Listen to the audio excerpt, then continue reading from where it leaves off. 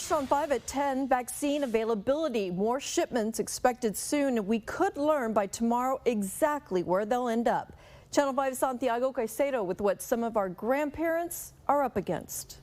Worried and doing it all from Dallas, Sandra Rodriguez registered her 71-year-old mother, Alicia Requenes, for the COVID-19 vaccination clinic this week in Alamo. I was trying to register her online, and that was just a horrible experience.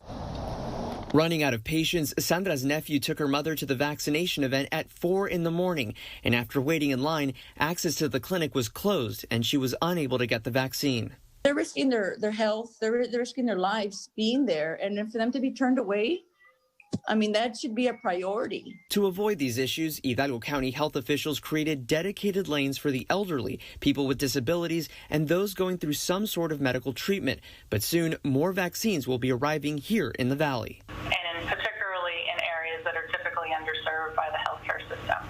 Which means we could see more doses of the vaccine arriving in areas where healthcare services are limited.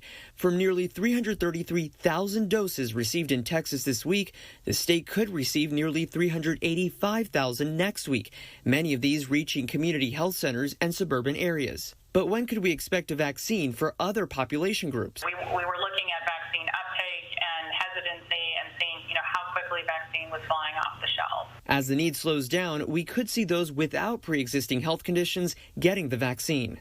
And by tomorrow, state health officials expect to have a more precise count of the number of vaccines available for next week. In McAllen, Santiago Caicedo, Channel 5 News at 10.